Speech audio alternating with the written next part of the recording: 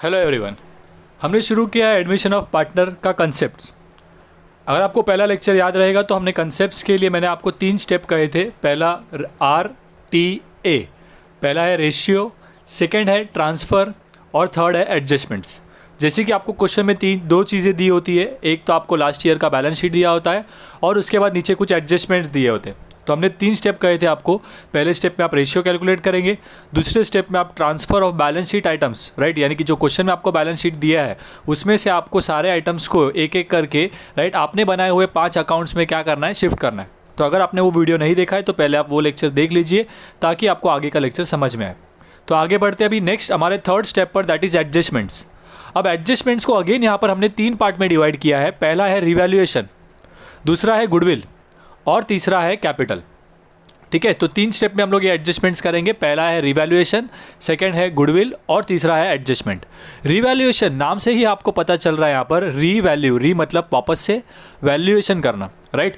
तो जो भी बिजनेस के एसेट्स और लायबिलिटीज़ है, नए पार्टनर के आते वक्त एडमिशन के पहले हम क्या करते हैं, जो पुराने पार्टनर्स है वो लोग अपने बिजनेस के जो भी एसेट्स है, लायबिलिटीज़ है, उनका रीवैल्यूएशन करेंगे, राइट। फॉर एग्जांपल अगर ऐसा हो सकता है कि कोई एसेट ए और बी तो सालों से बिजनेस कर रहे हैं, पहले से उन्होंने कोई एसेट खरीदा था पहले, बट आज उसकी कीमत क्या हो गई है, बढ़ गई है, राइट। 4 साल पहले या 5 साल पहले उन्होंने कोई एसेट खरीदा था और उसकी कीमत क्या हो गई, आज बढ़ गई।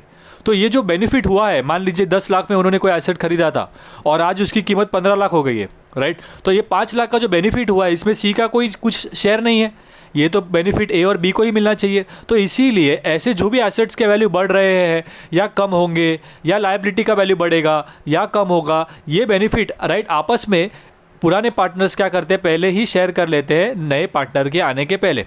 तो इस प्रोसेस को कहते हैं हम रिवैल्यूएशन, राइट। इस प्रोसेस को कहते हैं, क्या कहते हैं हम लोग, रिवैल्यूएशन। ठीक है। So the true value of some assets may be more और less than the book value.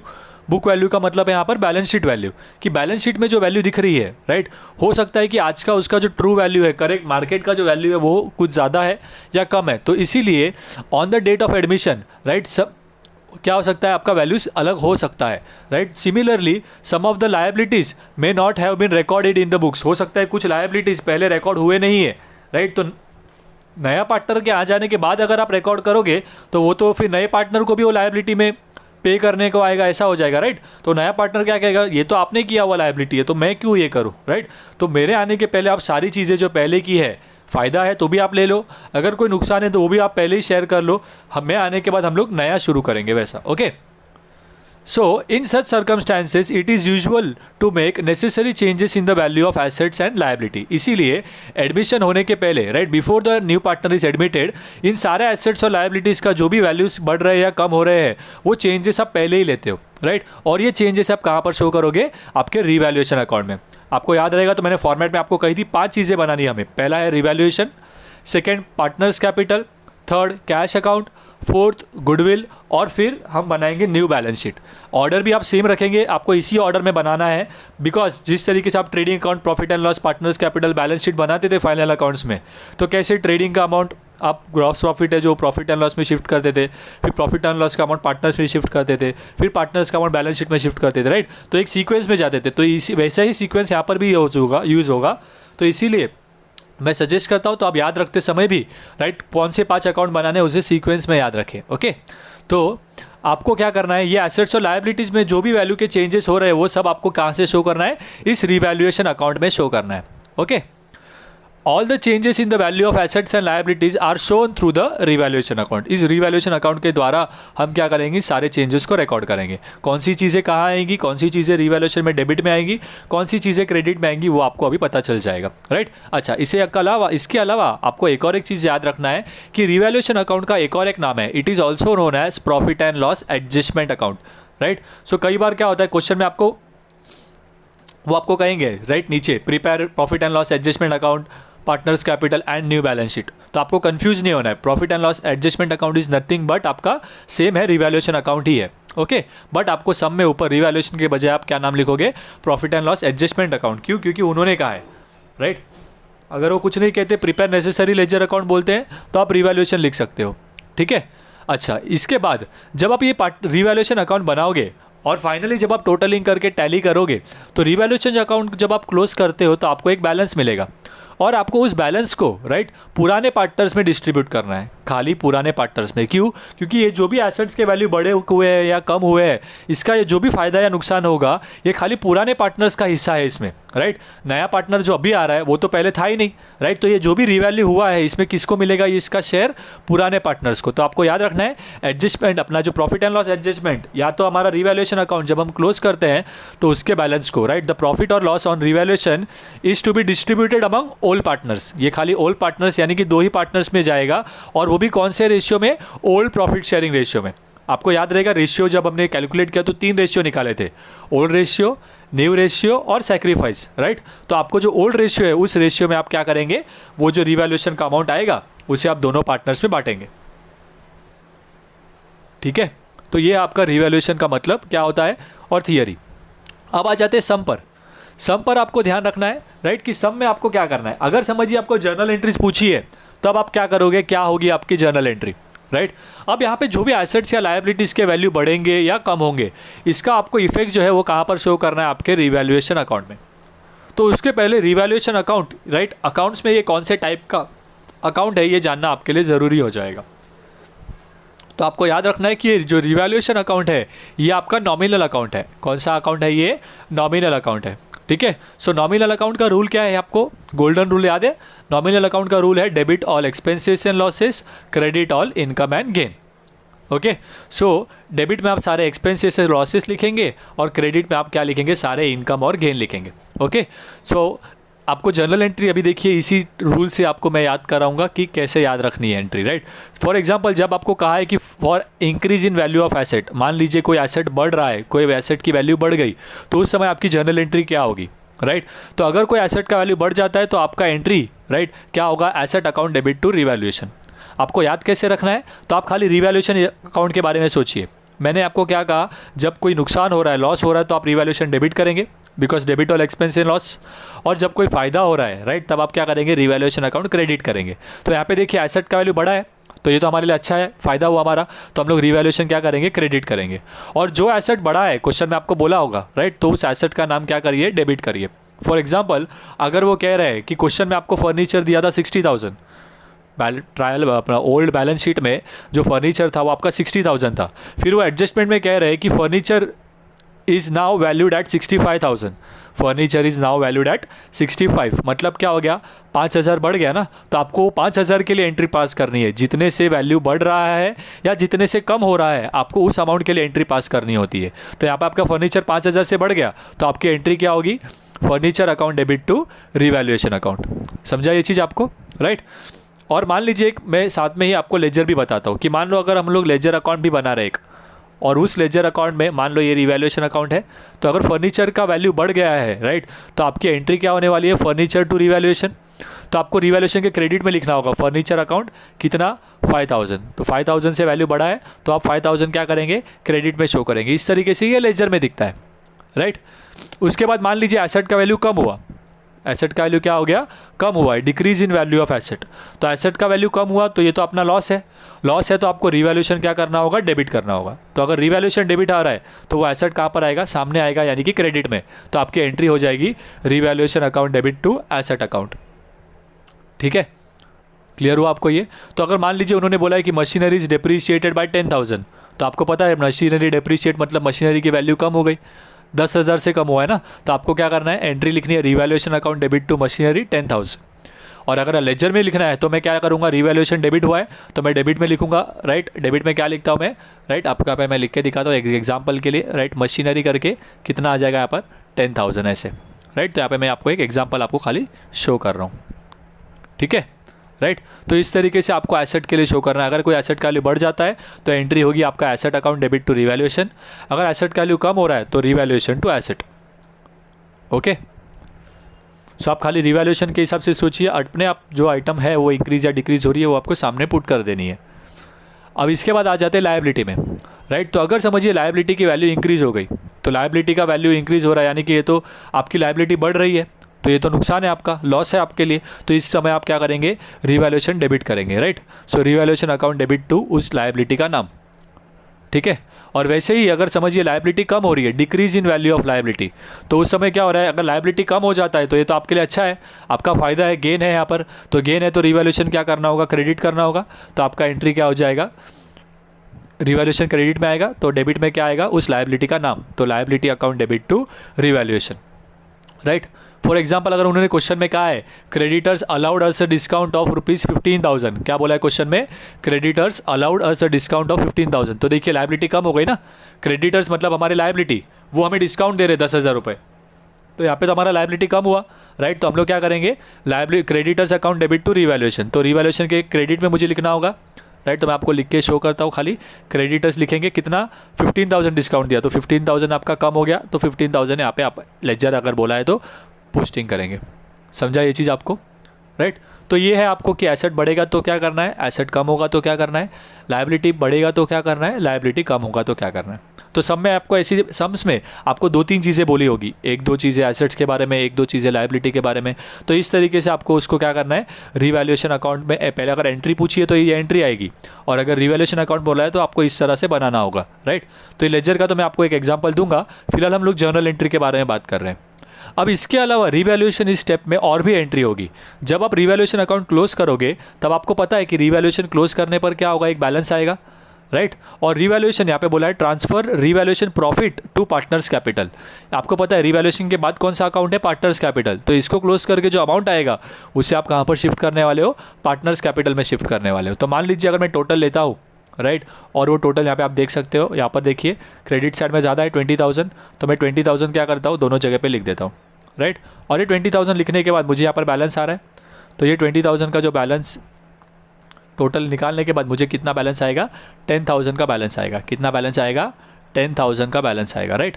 तो ये जो है ये मेरा क्या माना जाएगा, रिवैल्यूएशन का प्रॉफिट माना जाएगा। क्या माना जाएगा, प्रॉफिट। और इसे मुझे कहाँ पे शिफ्ट करना है, पार्टनर्स कैपिटल में शिफ्ट करना है, पार्टनर्स कैपिटल में, वो पार्टनर्स कैपिटल में क्रेडिट में जाएगा, ओके।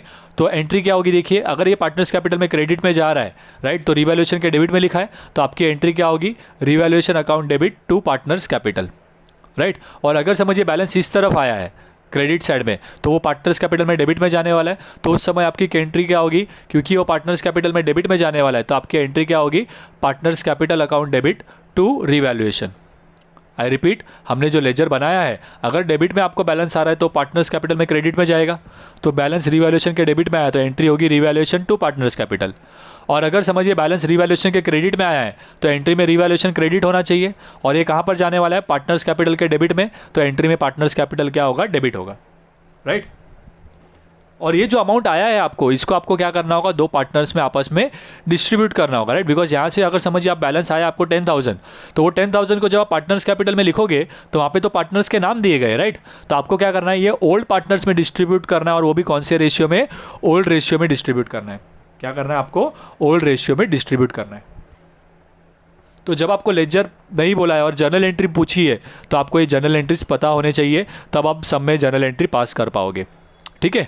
और अगर समझिए आपको लेजर पूछा है, सम्स में आपको जर्नल एंट्री नहीं पूछी, तो बहुत ही इजी टेक्निक है, मैं आपको बताता हूँ जो आपको याद रखनी है, राइट। एक सिंपल टेक्निक बताता हूँ, देखिए यहाँ पर क्या है कि अगर एसेट का वैल्यू बढ़ हो रहा है या लायबिलिटी की वैल्यू कम हो रही है, ध्यान से सुनिए और समझिए, एसेट का वैल्यू कम हो रहा है और लायबिलिटी के वैल्यू कम हो रही है आपके बिजनेस में। अगर आपके एसेट्स के वैल्यू बढ़ते हैं या आपकी लायबिलिटीज़ कम होती है तो आपके लिए अच्छा होता है, अच्छा होता है तो हम पार्टी करते हैं, चीयर्स। और चीयर्स से याद रखना है आपको, रिवैल्यूएशन क्या करेंगे आप, क्रेडिट करेंगे, राइट। तो जब भी एसेट का वैल्यू बढ़ेगा या लायबिलिटी कम होगी तो रिवैल्यूएशन क्या होगा, क्रेडिट होगा। तो जर्नल एंट्री में भी आप देखो सको, यहाँ पे एसेट का वैल्यू बढ़ा तो हमने रिवैल्यूएशन क्रेडिट किया, लायबिलिटी कम हुआ तो हमने रिवैल्यूएशन क्रेडिट किया, राइट। वैसे ही अगर समझिए उल्टा हो रहा है कि एसेट के वैल्यू कम हो रहे हैं, लायबिलिटी का वैल्यू बढ़ रहा है, तो जब एसेट के वैल्यू कम होंगे आपके बिजनेस में, आपके प्रॉपर्टीज़ का वैल्यू कम होते जा रहा है, आप पे लायबिलिटीज़ बढ़ती जा रही है, राइट। तो इन दोनों में से अगर कुछ होता है तो उस समय हमारे लिए बुरा हो रहा है, बुरा हो रहा है तो हमें डर लगने लगेगा, और डर से आप याद रखेंगे डेबिट,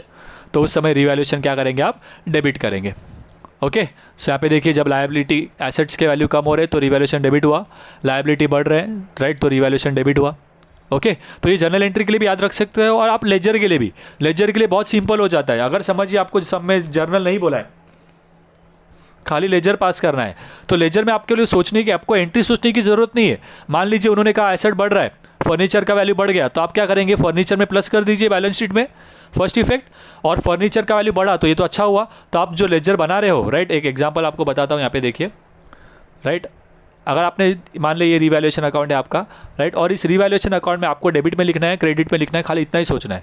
तो अगर समझिए एसेट का वैल्यू बढ़ा है, उन्होंने बोला फर्नीचर इंक्रीज बाय 5000, तो आप क्या करेंगे, फर्नीचर में बैलेंस शीट में प्लस करेंगे और दूसरा रिवैल्यूएशन के क्रेडिट में लिखेंगे। क्यों, एसेट बढ़ा, अच्छा हुआ, चीयर्स, चीयर्स से याद आएगा रिवैल्यूएशन क्रेडिट, राइट। अगर उन्होंने बोला मशीनरी का वैल्यू कम हुआ 10,000, तो पहले आप मशीनरी में से माइनस कीजिए बैलेंस शीट में, फर्स्ट इफेक्ट।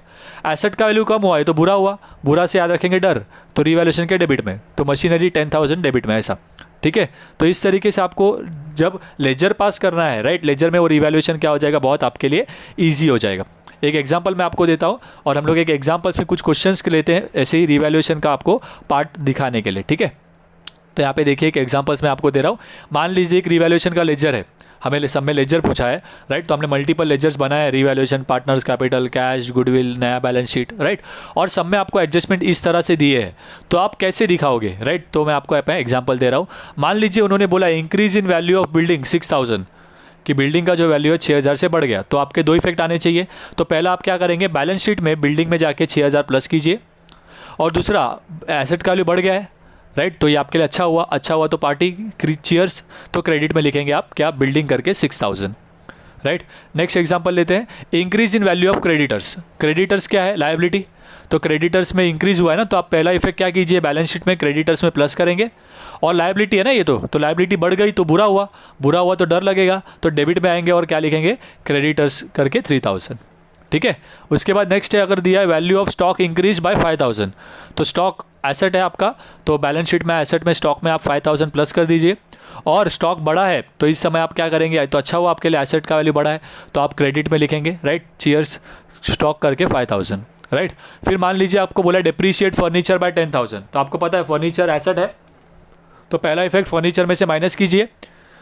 सेकेंड इफेक्ट क्या होगा, डिप्रीशिएट मतलब एसेट का वैल्यू कम हुआ ना, माइनस किया आपने, राइट, तो ये तो बुरा हुआ, तो बुरा हुआ तो डर लगेगा, राइट, तो डेबिट में लिखेंगे हम लोग टू फर्नीचर करके 10,000, राइट। और एक लास्ट लेते हैं, क्रिएट आरडीडी बाय 2000, तो आरडीडी आपको पता है एडजस्टमेंट में अगर आरडीडी बोला तो आप क्या करते हो, डेटर्स में से माइनस करते हो, तो पहला इफेक्ट आपको वही करना है, डेटर्स में से माइनस कीजिए, और डेटर्स कम हुआ है ना, तो ये तो आपका एसेट कम हुआ, तो ये बुरा हुआ, तो आप क्या करेंगे, रिवैल्यूएशन के डेबिट में लिखेंगे 2 आरडीडी करके, राइट। तो इस तरीके से हमारे सम्स में हमें 2-3 आइटम्स दिए होते हैं इस तरीके से, जिन्हें आपको क्या करना है, शो करना होता है। तो जब आपको रिवैल्यूएशन में शो करना है तो बहुत ही सिंपल टेक्निक बताई आपको मैंने, राइट, कि अच्छा हुआ तो चीयर्स क्रेडिट में लिखेंगे, कुछ बुरा हुआ है तो हम लोग कहाँ पर लिखेंगे, डेबिट में लिखेंगे, ओके।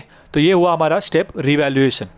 तो एडजस्टमेंट में जैसे कि मैंने आपको कहा 3 स्टेप है, पहला रिवैल्यूएशन, सेकेंड गुडविल, और तीसरा है हमारा कैपिटल, बराबर।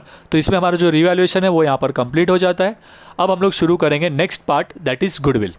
गुडविल ये बहुत ही इंपॉर्टेंट स्टेप यहाँ पर रहेगा आपके लिए, बिकॉज कई सारे बच्चे मुझे हर साल ऐसे मिलते हैं जो हमेशा ये डाउट पूछते हैं कि सर चैप्टर हो जाने के बाद भी है ना, हमें गुडविल का पार्ट सॉल्व करने नहीं होता, हम डिफ़िकल्टी होती है हमें, राइट। तो प्लीज़ ध्यान दीजिएगा ताकि आपको वो चैप्टर में गुडविल में प्रॉब्लम ना हो। तो पहले बात करते हैं गुडविल होता क्या है और यहाँ पर इसका क्या काम है। तो गुडविल आपको पता है ये कंपनी का जो नाम या रेपुटेशन है, राइट। यहाँ पे तो बिजनेस पार्टनरशिप फर्म का जो नाम या रेपुटेशन है उसे कहा जाएगा गुडविल। अब मान लीजिए यहाँ पर ए और बी जो है वो पुराने पार्टनर्स है, पिछले 8 सालों से या 10 सालों से बिजनेस कर रहे हैं, और आज वो बिजनेस में क्या कर रहे हैं, सी को बिजनेस में एडमिशन दे रहे हैं, बराबर।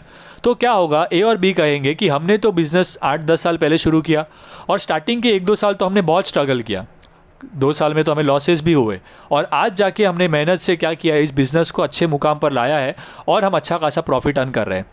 तो सी, तुम तो आज आ रहे हो बिजनेस में, राइट, तो तुम्हें तो आज से ही प्रॉफिट्स अर्न करने मिल रहा है, राइट, बट मेहनत तो हमने पहले की है। तो इसीलिए सी को जब बिजनेस में एडमिट किया जा रहा है तो ए और बी क्या कहेंगे कि ये जो पहले हमने मेहनत की और जो कंपनी का नाम बनाया है, राइट, रेपुटेशन बनाया है, जिसकी वजह से अभी फ्यूचर में हमें प्रॉफिट्स मिलने वाले हैं, राइट, तो इसके लिए आप हमें क्या करो, कॉम्पनसेशन दो।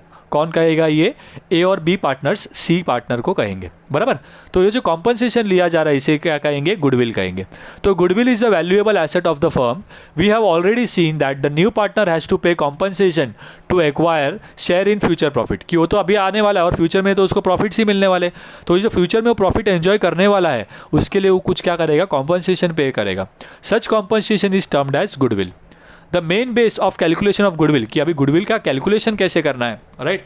ये जो होता है वो आपका पास्ट प्रॉफिट्स होता है कि बिजनेस पिछले 4 साल में, 5 साल में, 3 साल में कितने प्रॉफिट्स अर्न करते हैं, उसके हिसाब से गुडविल का वैल्यू क्या होता है? डिसाइड किया जाता है, right. So the main base for the calculation of goodwill is profit earning capacity and hence past profits are taken into account for calculation.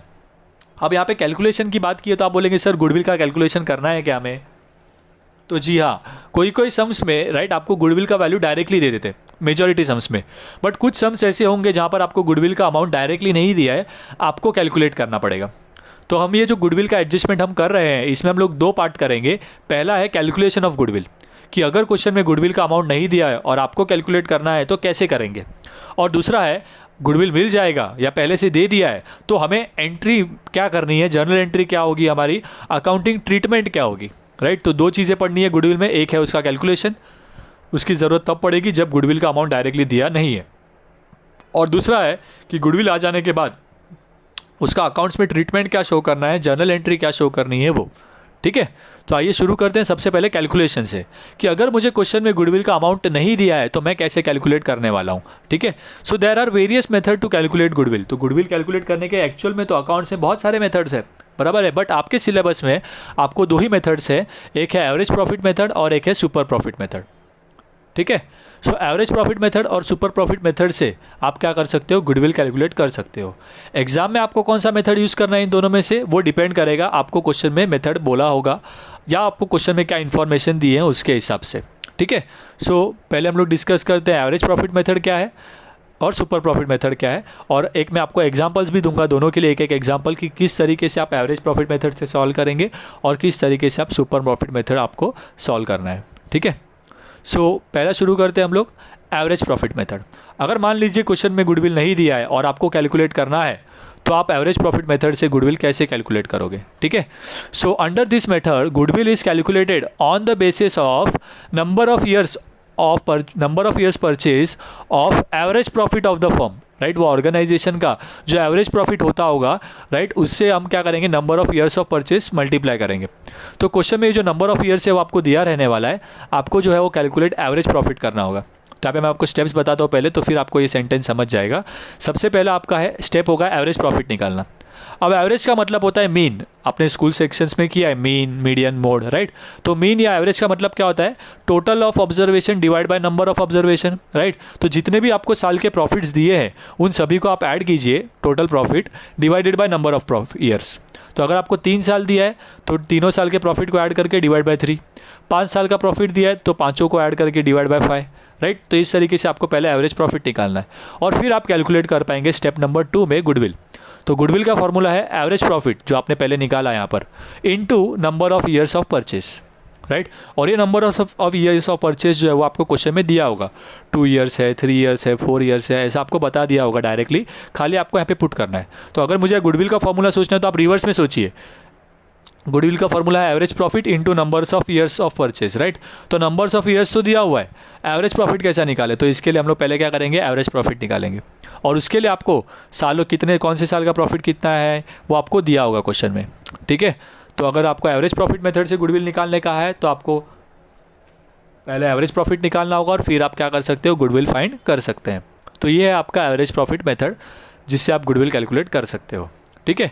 अब एक एग्जांपल देते हैं इसी में कि एवरेज प्रॉफिट मेथड से अगर आपको गुडविल कैलकुलेट करना है तो एक एग्जांपल देता हूँ, राइट, कि किस तरीके से करेंगे क्वेश्चन में, ठीक है। तो यहाँ पर सबसे पहला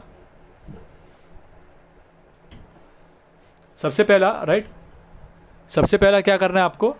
ये देखिए, आपको यहाँ पे क्वेश्चन में देखिए क्या दिया है, first year, second year, third year, 3 साल का प्रॉफिट दिया है और यहाँ पे number of year of purchase दिया हुआ है, ठीक है। सो फर्स्ट ईयर का प्रॉफिट कितना है? 7,000, सेकेंड ईयर में बोला है 13,000 प्रॉफिट है और थर्ड ईयर में बोला है 2,000 लॉस है, राइट। 2000 क्या हुआ है, लॉस हुआ है, और नंबर्स ऑफ ईयर्स कितना बोला है यहाँ पे, 2 ही बोला है, बराबर। तो अभी आप कैसे निकालेंगे गुडविल, देखो तो पहले हम लोग क्या करेंगे, एवरेज प्रॉफिट निकाल लेते हैं। सो एवरेज प्रॉफिट में राइट आपको जैसे कि मैंने आपको बोला total profit divide by numbers of years, तो टोटल प्रॉफिट मतलब तीनों को आपको ऐड करना है, डिवाइड बाय 3 करेंगे, क्यों, क्योंकि 3 साल है ना यहाँ पे, फर्स्ट सेकंड थर्ड, तो डिवाइड बाय 3। तो पहले फार्मूला लिख लेता हूँ, और टोटल प्रॉफिट देखिए मैं क्या कर रहा हूँ यहाँ पर 7000 प्लस 13, बट ये लॉस था ना यहाँ पर, तो इसीलिए 2000 को माइनस करना होगा आपको। तो यहाँ पे देखिए माइनस किया, क्यों, लॉस है। अगर यहाँ पे प्रॉफिट होता तो फिर प्लस 2000 होता, ठीक है। और डिवाइड बाय 3 क्यों किया, because first second third 3 year है, इसीलिए डिवाइड बाय 3। तो 7 प्लस 13 20, 20 माइनस 2 क्या होगा 18, 18 डिवाइड बाय 3 क्या हो जाएगा आपको 6000। तो ये 6000 आपका एवरेज प्रॉफिट आ गया। फिर आप एवरेज प्रॉफिट को क्या करेंगे, अभी गुडविल के फॉर्मूला में पुट करेंगे। तो गुडविल का फॉर्मूला लेंगे हम लोग, average profit into numbers of years. Average profit हमने ढूंढा, नंबर्स ऑफ ईयर्स हमें क्वेश्चन में दिया था 2, राइट। तो 6000 इंटू 2 करेंगे, और आपका 12000 जो है वो आपका क्या हो जाएगा यहाँ पर गुडविल का अमाउंट हो जाएगा। तो इस तरीके से आपको क्वेश्चन में अगर गुडविल का अमाउंट डायरेक्टली नहीं दिया है तो आपको यहाँ पे ऐसे इन्फॉर्मेशन दिए होंगे जिससे आप क्या कर सकते हो, गुडविल का अमाउंट खुद कैलकुलेट कर सकते हो, ठीक है। तो ये हुआ एवरेज प्रॉफिट मेथड। अब आ जाते हैं नेक्स्ट पर, that is super profit method, ठीक है। सुपर प्रॉफिट मेथड में क्या होगा, under this method goodwill is valued of certain numbers of purchase, जैसा वहाँ पे नंबर ऑफ ईयर्स था वैसे यहाँ पर भी होगा, बट वहाँ पे एवरेज प्रॉफिट का लिया जाता था, यहाँ पे किसका लेंगे, सुपर प्रॉफिट का, राइट। तो आपको मैं स्टेप्स बताता हूँ पहले, फिर आपको समझाता हूँ कि क्या किया जा रहा है यहाँ पर। तो सबसे पहले तो आप एवरेज प्रॉफिट निकालिए, same steps, total profit divide by number of years. फिर आप लेंगे नॉर्मल प्रॉफिट। तो नॉर्मल प्रॉफिट क्या होगा, capital employed into NRR, that is normal rate of return. दोनों ही क्वेश्चन में आपको दिया होगा, कैपिटल एम्प्लॉयड मतलब कितने पैसे में इन्वेस्ट कर रहा हूँ वो मेरा कैपिटल एम्प्लॉयड होता है। नॉर्मल रेट ऑफ रिटर्न मतलब नॉर्मली इतना परसेंटेज बेनिफिट मिलता ही है, इतना परसेंट रिटर्न्स मिलते हैं, उसे कहते हैं नॉर्मल रेट ऑफ रिटर्न। मतलब कहीं पर अगर मैं 1 लाख रुपये इन्वेस्ट कर रहा हूँ तो 10% रिटर्न्स मिलता ही है, तो मैं बोलूँगा 1 लाख का 10% यानी कि 10,000 रुपये मेरा नॉर्मल प्रॉफिट है, राइट वैसा। और एवरेज प्रॉफिट क्या है कि मुझे कितना मिल रहा है मेरे पास्ट ईयर्स के प्रॉफिट्स में, बराबर, राइट, वो मेरा एवरेज प्रॉफिट हुआ। तो कैपिटल एम्प्लॉयड आपको दिया होगा, NRR आपको दिया होगा, खाली आपको नॉर्मल प्रॉफिट के फॉर्मूला में पुट करना है। फिर ये दोनों ही आ गए तो आप क्या कर सकते हो, सुपर प्रॉफिट निकाल सकते हो। सुपर प्रॉफिट का मतलब ये है, राइट, कि नॉर्मली प्रॉफिट 10,000 आता है, 1 लाख इंटू 10%, अगर एग्जाम्पल बोल रहा हूँ, अगर ये 10,000 आ रहा है और यहाँ पे 15,000 आ रहा है, तो यहाँ पे 5,000 मुझे ज़्यादा मिला ना, राइट। नॉर्मल प्रॉफिट से 5,000 मुझे ज़्यादा मिल रहे हैं, तो वो 5,000 रुपये मेरा क्या हो गया, सुपर प्रॉफिट माना जाएगा, राइट। तो उसके लिए फॉर्मूला क्या है, एवरेज प्रॉफिट माइनस नॉर्मल। और एक बार सुपर प्रॉफिट आ गया तो फिर आप गुडविल निकाल सकते हो सेम फॉर्मूला से, बट वहाँ पे एवरेज प्रॉफिट के बजाय आप क्या लोगे, super profit into numbers of years of purchase, ठीक है। सो यहाँ पे अभी रिवर्स में देखिए तो आपको क्लियर हो जाएगा स्टेप सारे। हमारा गुडविल का formula super profit into number of years, number of years question में दिया होगा, आपको सुपर प्रॉफिट चाहिए, तो अभी सुपर प्रॉफिट का फॉर्मूला है एवरेज प्रॉफिट माइनस नॉर्मल। तो पहले एवरेज निकालना पड़ेगा, फिर नॉर्मल भी निकालना पड़ेगा, तो इसीलिए पहले एवरेज निकालेंगे, फॉर्मूला सेम पहले जो पढ़ा, और फिर नॉर्मल प्रॉफिट निकालेंगे, तो उसका फॉर्मूला है कैपिटल एम्प्लॉयड और NRR, जो कि आपको क्वेश्चन में दिया होगा, आपको खाली यहाँ पे पुट करना है, ठीक है। तो यहाँ पर एक एग्जांपल ले लेते हैं सुपर प्रॉफिट के लिए, राइट। तो मान लीजिए आपको क्वेश्चन में ये सारी चीज़ें दी है, फर्स्ट ईयर का प्रॉफिट बोला है 20, सेकेंड ईयर का प्रॉफिट बोला है 30, थर्ड ईयर का बोला है 3000, फोर्थ ईयर का बोला है 25, लेकिन थर्ड ईयर में देख सकते हो आप लॉस है। तो आपको क्या करना होगा, जब आप चारों चीज़ों को लोगे तो 3000 को क्या करोगे, आप माइनस करोगे, ठीक है। उसके बाद उन्होंने कहा है कैपिटल एम्प्लॉयड है 1,25,000, फिर है आपका नॉर्मल रेट ऑफ रिटर्न बोला है 12%, फिर बोला है नंबर ऑफ ईयर्स है 3, ठीक है। तो हम लोग शुरू करते हैं, स्टेप याद है आपको, पहले सबसे पहले हम लोग एवरेज प्रॉफिट निकालेंगे, फिर नॉर्मल प्रॉफिट निकालेंगे, फिर एवरेज और नॉर्मल को माइनस करने पर आपको सुपर प्रॉफिट मिलेगा, और फिर आप गुडविल फाइंड करेंगे, राइट। तो आइए स्टेप्स फॉलो करते हैं। सबसे पहले हम लोग निकाल लेते हैं एवरेज प्रॉफिट। फॉर्मूला है हमारा total profit divide by number of years. Number of years ये नहीं लेना है, कई बच्चे कंफ्यूज हो जाते हैं, ये number of years of purchase goodwill के लिए, राइट। ये नंबर ऑफ ईयर्स मतलब क्या, कितने साल का वैल्यू ले रहे हो उससे डिवाइड कीजिए, ओके। तो यहाँ पे 4 साल है ना, तो हम लोग डिवाइड बाय 4 करेंगे। सो 20 प्लस 30 माइनस 3 बिकॉज लॉस है, और प्लस 25 करना है आपको, राइट। और डिवाइड बाय क्या करेंगे आप 4, राइट। तो ये करने पर आपको टोटल जो अमाउंट है वो आपका आ जाएगा 72,000। तो 72,000 डिवाइड बाय 4 करेंगे जब आप, तो आपको अमाउंट क्या आ जाएगा, 18,000 आ जाएगा, ठीक है। तो ये आपका एवरेज प्रॉफिट हो गया। अब आ जाते हैं हम लोग नेक्स्ट स्टेप पर, दैट इज नॉर्मल प्रॉफिट। अब आ जाते हैं नेक्स्ट स्टेप पर, दैट इज नॉर्मल प्रॉफिट, ठीक है। सो नॉर्मल प्रॉफिट के लिए क्या करना है आपको, capital employed into NRR, capital profit into NRR, right. तो कैपिटल प्रॉफिट क्या हो जाएगा, आप कैपिटल एम्प्लॉयड यहाँ पे देखिए आपको क्वेश्चन में दिया हुआ है 1,25,000, राइट। तो 1,25,000 इंटू क्या हो जाएगा यहाँ पे 12/100, बराबर, क्योंकि यहाँ पे रेट देखिए आपको 12 दिया है। सो आपको यहाँ पे कैपिटल एम्प्लॉयड भी दिया हुआ है और एनआरआर भी दिया हुआ है, right. So capital employed into NRR, तो कैपिटल एम्प्लॉयड आपका 1,25,000 है और एनआरआर कितना बोला है 12%। तो जब आप इसे सॉल्व करेंगे तो आपको वहाँ पर अमाउंट मिल जाएगा 15,000, राइट। तो अभी ये जो एवरेज प्रॉफिट और नॉर्मल प्रॉफिट है इनका डिफरेंस जो होगा वो आपका क्या हो जाएगा, super profit, right. So average profit minus normal, average है 18 माइनस 15 करेंगे आप, ठीक है। तो 18 माइनस 15 क्या देगा आपको 3,000, ओके। अभी आपको सुपर प्रॉफिट आ गया तो अब आप क्या कर सकते हो, गुडविल का फॉर्मूला पुट करेंगे, super profit into number of years of purchase. Super profit आपको मिला है 3, नंबर ऑफ ईयर्स आपको दिया था 3, राइट। सो 3,000 इंटू 3 करना होगा आपको, तो अमाउंट जो है वो आपका क्या हो जाएगा 9,000 रुपीज़ आपका गुडविल का हो जाएगा। अब हमेशा बच्चे पूछते हैं कि सर हमें कैसा पता चलेगा एवरेज प्रॉफिट का फॉर्मूला पुट करना है या नॉर्मल अपना सुपर प्रॉफिट का। तो देखिए क्वेश्चन में अगर आपको कैपिटल एम्प्लॉयड एनआरआर दिया हुआ है दैट मीन्स कि ये कौन से फॉर्मूला में आएगा, आपको सुपर प्रॉफिट के हिसाब से आपको निकालना होगा, ओके। तो ये हुआ आपका गुडविल का कैलकुलेशन। आपको ये तभी करना है जब गुडविल का अमाउंट आपको डायरेक्टली नहीं दिया है। अगर आपको गुडविल का अमाउंट क्वेश्चन में डायरेक्टली दे दिया है तो आपको ये करने की ज़रूरत नहीं होगी, ठीक है, राइट। अब ये हो जाने के बाद हम लोग क्या करते हैं, आ जाते हैं नेक्स्ट पार्ट पर, दैट इज़ गुडविल के ट्रीटमेंट पर, कि हमें गुडविल का जो अमाउंट है जो न्यू पार्टनर ला रहा है उसके लिए हम लोग अकाउंट्स में कैसे दिखाएंगे, हमारी एंट्री क्या होगी, राइट, वो सब। सो इसे कहेंगे हम लोग ट्रीटमेंट ऑफ गुडविल। क्या कहेंगे, treatment of goodwill, right, treatment of goodwill कहेंगे उसको। तो यहाँ पे आपको याद रखना है कि जब गुडविल की ट्रीटमेंट आप कर रहे हो तो यहाँ पे 2 मेथड्स है। पहला मेथड है जब गुडविल का पैसा अगर वो जो इनकमिंग पार्टनर है वो कैश में लेकर आ रहा है, राइट, कि अगर वो कैश में पैसा लेकर आया गुडविल का तो हमारी ट्रीटमेंट अलग होगी। और अगर मान लीजिए वो कैश में नहीं ला रहा, वो आपको बोल रहा है कि मैं पैसे अभी नहीं ला रहा हूँ, मेरे कैपिटल के साथ एडजस्ट कीजिए, तो मेथड चेंज हो जाएगा, ओके। तो अगर समझिए गुडविल कैश में आ रहा है, राइट, तो आपको क्या इफेक्ट देने हैं वो हम लोग अभी डिस्कस करेंगे, ठीक है। तो सबसे पहला इसमें 2 केसेस हो सकते हैं अगेन, कि अगर वो पैसा गुडविल कैश में लाया और पार्टनर्स ने वो पैसे बिजनेस में से निकाल लिए हैं, राइट।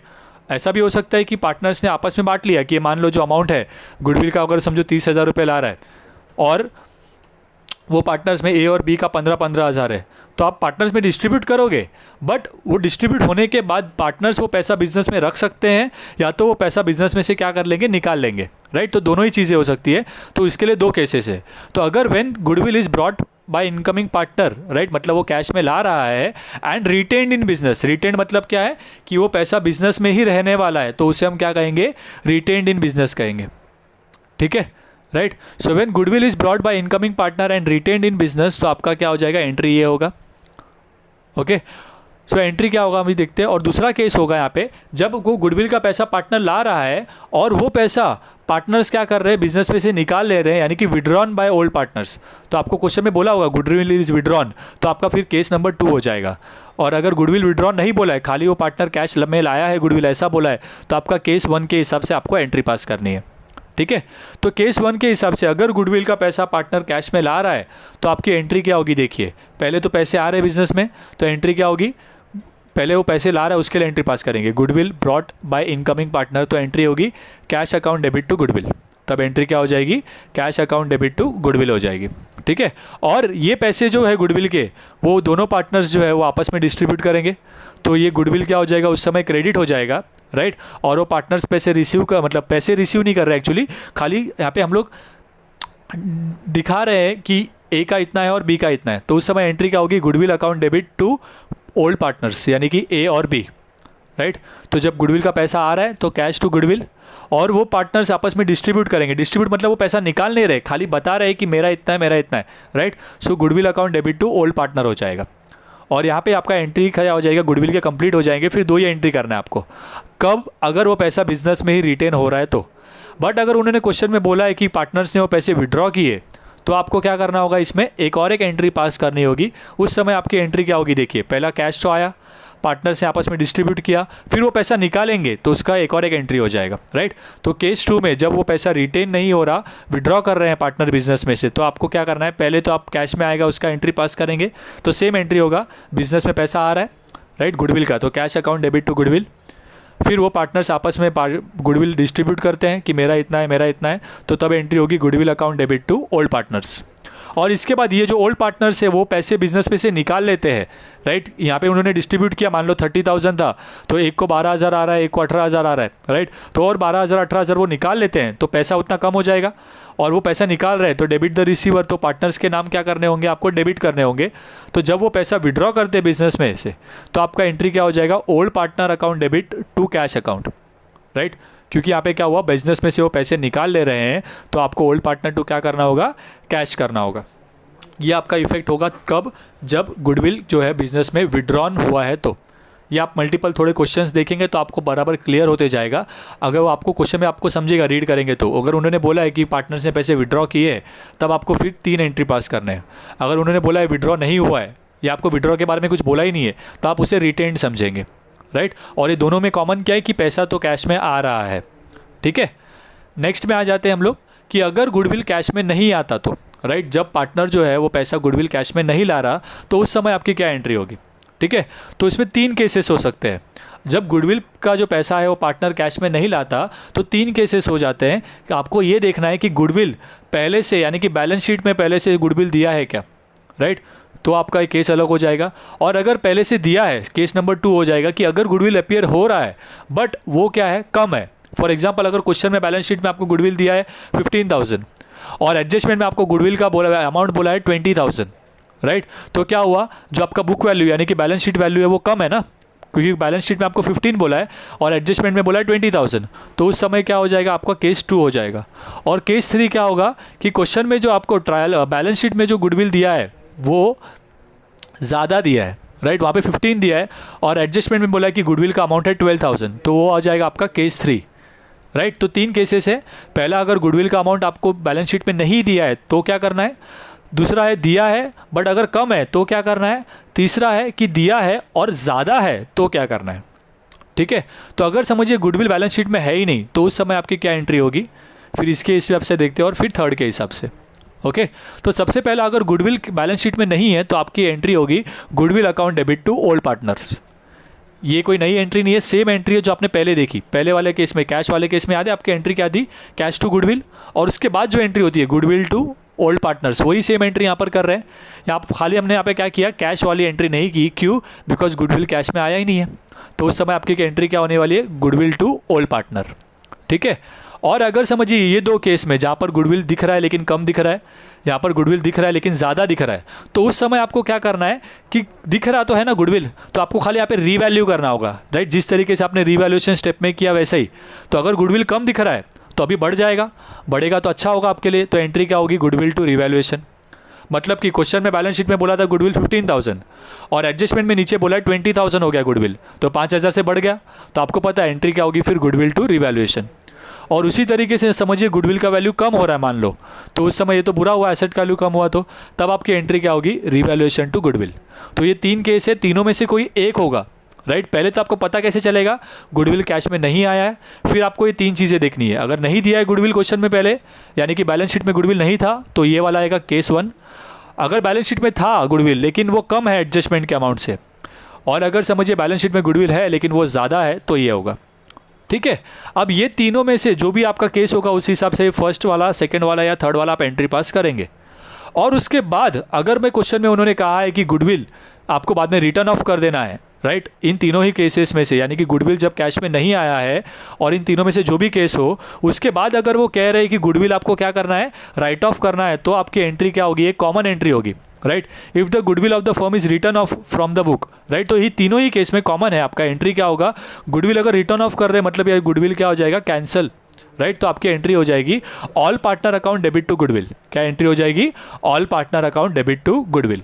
और यहाँ पर जब आप लिख रहे हो तब आप इसमें कौन से रेशियो में लिखोगे, ऑल पार्टनर बोला मतलब ए का भी नाम आएगा, बी का नाम भी आएगा और सी का नाम भी आएगा।